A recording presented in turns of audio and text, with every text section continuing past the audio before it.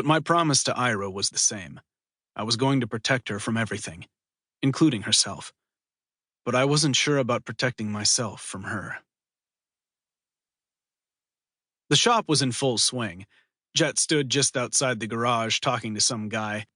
They shook hands, and Jet grabbed the guy's shoulder and nodded. When Jet turned, he pointed at me.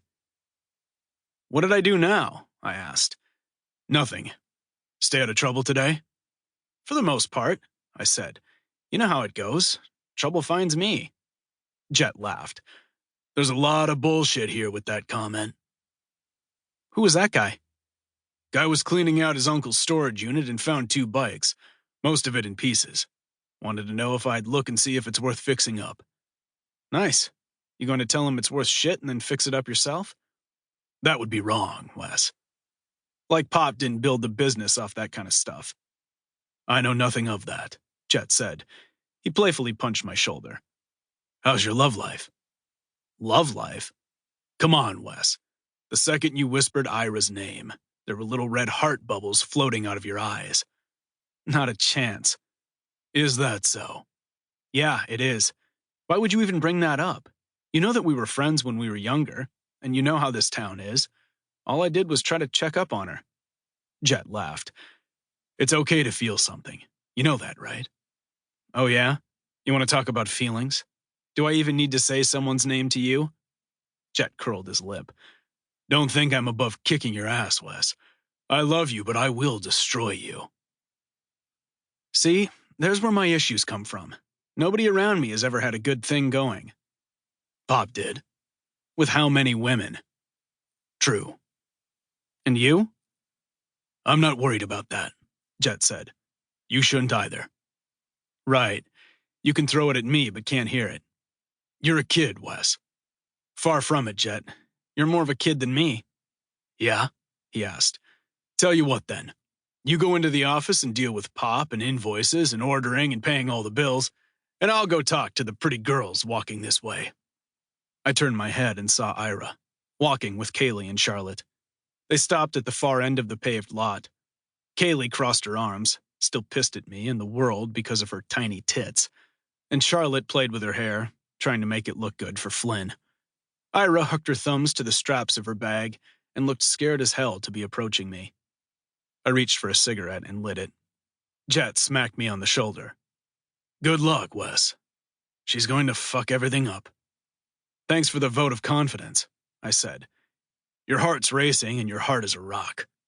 I stupidly looked down at my jeans just in case. Jet started to laugh. He clapped his hands as he walked away. Fuck him.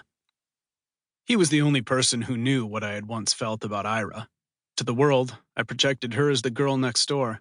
The pretty, good girl who knew nothing bad in life. The girl who wore dresses all the time because Mommy and Daddy wanted to parade her around town like the little rich girl she was. But only Jet knew the truth. And when she left, I didn't like it. I got into a lot of trouble, a lot of fights. I hung around older kids and tried to put myself into bad positions. And Jet was always there to rip me out of the flames before I got burned up for good. Ira was here now. I wasn't sure why, but I'd find out eventually. "Are they afraid?" I asked Ira, pointing to her friends. "No," she said. "I think they're mad at me for showing up." "Because you listened to me," I said. "Just curious what you wanted." I turned my head and saw Flynn wiping his hands. I whistled and gave a nod toward Charlotte. He threw the rag down and ran toward her. The way he scooped her up and spun her around and kissed her, I reminded myself I needed to focus on keeping Ira safe before anything else. I closed in on her and whispered, "Did you do anything to yourself last night?" Her face turned white. "That's what you wanted?" "Want me to ask it in front of everyone? Because I will." "Screw you, Wes. You're not who you think you are to me." "Want to bet?" I growled. "You told me to come here to make me feel like crap." "You feel like crap? Because I called you out?" "You know what? See you around, Wes. Thank you for being there last night. But even still, it wasn't your business to be there or find anything out about me." Ira started to back up, and I thought about my next move. I looked beyond her and heard the sound of a motorcycle. It was a growling engine, and the ride came flying around the corner and through the lot of the shop. Flynn blocked Charlotte out of the way while Kaylee had to fend for herself and step back to be safe.